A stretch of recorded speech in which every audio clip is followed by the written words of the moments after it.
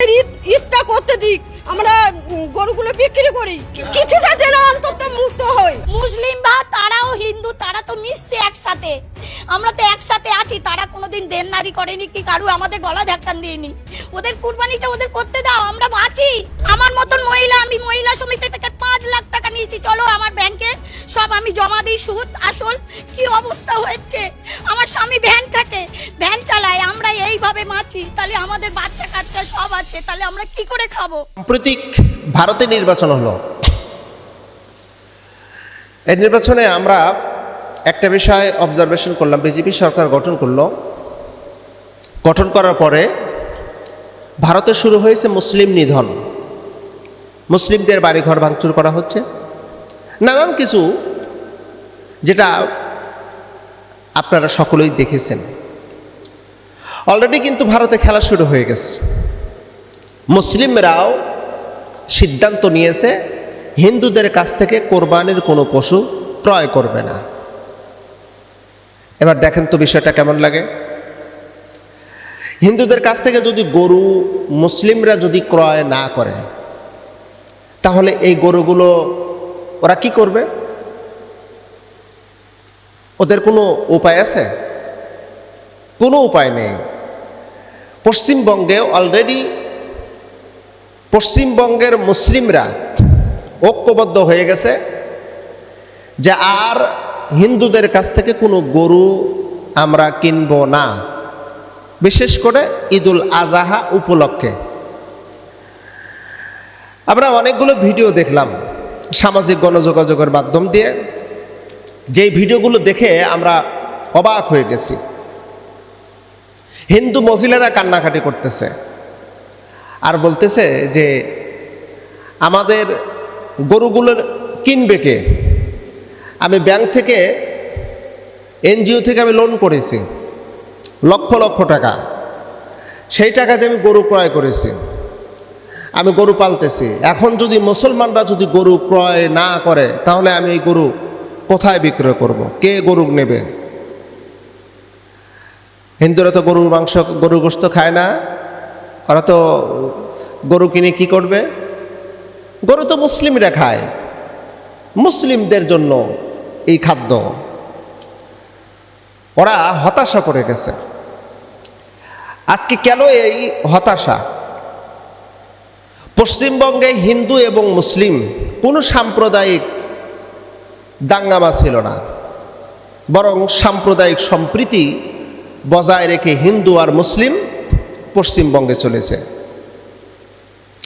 এই যখনই বিজেপি সরকার আসলো, অর্থাৎ এই যে শুভেন্দ্র উগ্রবাদী কট্টরবাদী একজন হিন্দু, এ যখন মুখ্যমন্ত্রী হলো, তখনই শুরু হয়ে গেল পশ্চিমবঙ্গে মুসলমানদের উপর চরমভাবে নির্যাতন।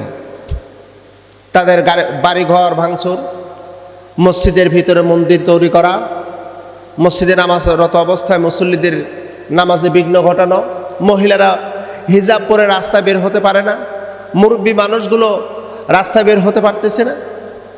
মানে এক কথা হলো, মুসলমানদেরকে কোণঠাসা করে রাখা হচ্ছে। এই যে কঠিন একটা কন্ডিশন, অর্থাৎ পশ্চিমবঙ্গে এখন এই সময় তো মুসলমানরা সিদ্ধান্ত নিতেই পারে একটা, যে হিন্দুদের কাছ থেকে কোনো গরু কিনব না।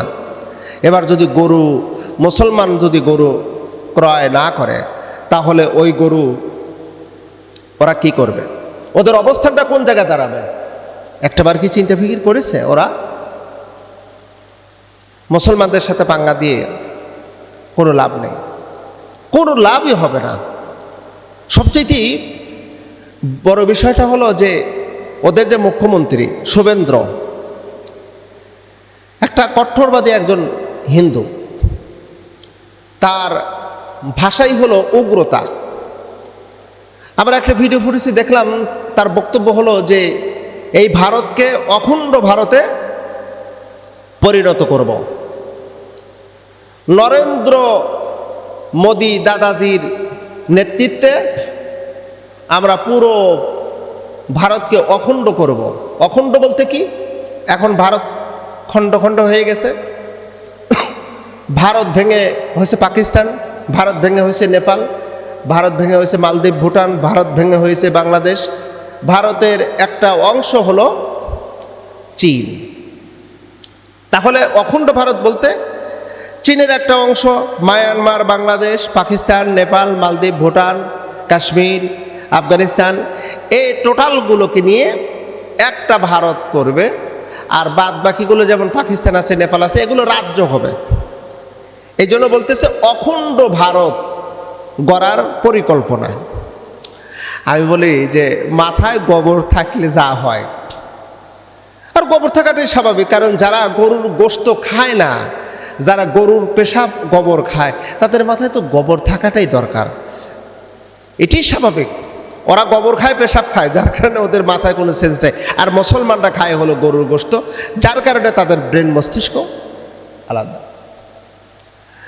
শুভেন্দ্র, তুমি মুখ দিয়ে বলেছো, বা তোমার নরেন্দ্র দাদাজি যারা আছে, এরকম পরিকল্পনা তোমরা করো না, করতে গেলে কিন্তু মারা পড়ে যাবা। আমরা জানি সামনে খুব শীঘ্রই গাজাতুল হিন্দ হবে, খুব শীঘ্রই হবে।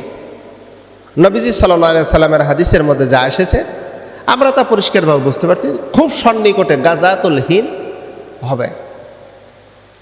সবাইকে গাজাতুল হিন্দ এই যুদ্ধে অংশগ্রহণ করার মানসিক প্রিপারেশন নিয়ে রাখেন। আল্লাহ সুবহানাহু ওয়া তাআলা আমাদেরকে ঈমানের বলে বলিয়ান করুক, আমিন।